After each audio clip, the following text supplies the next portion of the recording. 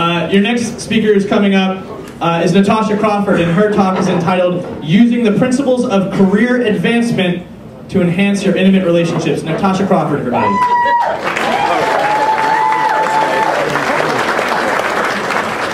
Hi everyone, again my name is Natasha Crawford. Using the principles of career advancement to improve your intimate relationships. You will never think about your career or your relationships the same way again. Why should you listen to me? Because I am a couples therapist. That board guy right there, that's what I do pretty much all day, every day. Listen to couples, whine about communication issues, problems, and over that time I've come up with a couple of theories. It doesn't matter what your relationship looks like. As long as it's a long-term, committed, monogamous relationship, if you are a high-powered couple, and I define that as one or both of you are climbing the corporate ladder or you're an entrepreneur, you're at risk for having your relationship look like that. You've climbed, you've climbed, you've climbed, and when you get to the top, you can't even see each other, you can't connect, there's definitely no sex happening. That is not what we want. You want to have a relationship. If you're going to be high-powered and have money, you want your relationship to be a good one. So you want it to look more like this, where there's constant connection, be it physical, emotional, and even when you're not close physically, you're connected emotionally. That's the type of relationship that you want to have.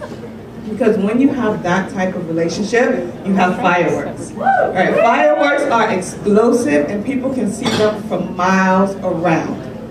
They are in awe and sometimes they're a little bit jealous. So if you do what I say, there'll be lots of haters out there in your world, so be prepared. The first thing you need to do is you decide what you want. When you start a career, you decide what you want to do. You chart a course and you make a plan. So it doesn't matter what your career is. You can decide you want to be a judge, you could decide you want to be a real estate mogul, a top model, a surgeon. You could even say, I want to be the captain of the best baseball team in the universe. I'm in New York, by the way. You have to set a course for that. The same thing in your relationships. What do you want that relationship to look like? Do you want to be married? You make sure you agree on that one. Sex, religion, do you want to live in the city, in the country, in the burbs? What is your relationship supposed to look like? What do you want it to look like? You have to decide. The next thing you want to do is surround yourself with people who are going to support you. In the corporate world, you have a mentor. Someone in the company, in the industry that's going to guide you along. Someone who is where you want to be and who has been where you are. The same thing with couples. Find someone in your family, in your church, in your community who has been where you are, who has weathered the storms that you've weathered, and you look at them and you go, damn, they've got fireworks. How do I get that? Those are the mentor couples that you want. Your peers. If you want to be a top lawyer, you don't hang out with engineers. So if you want to have a good relationship, your single friends that are hoes, you might want to stop hanging out with them so much because they're not going to support you. Communication is key.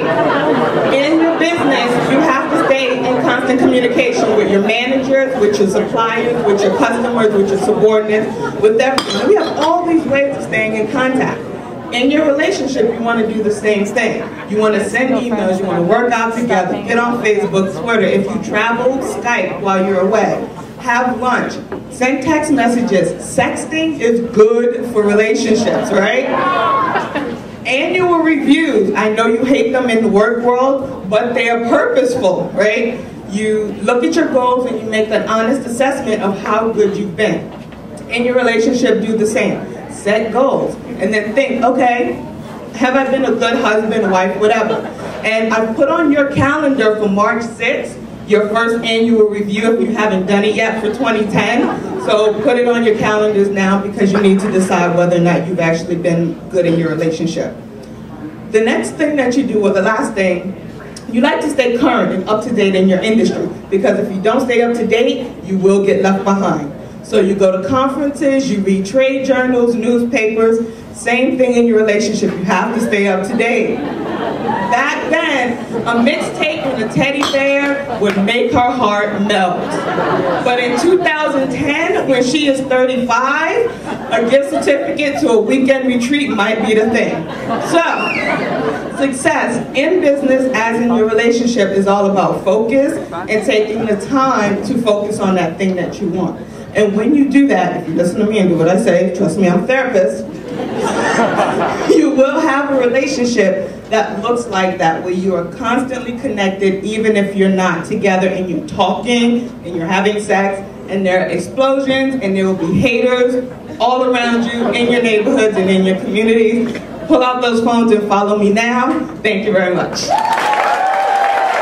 Natasha Crawford!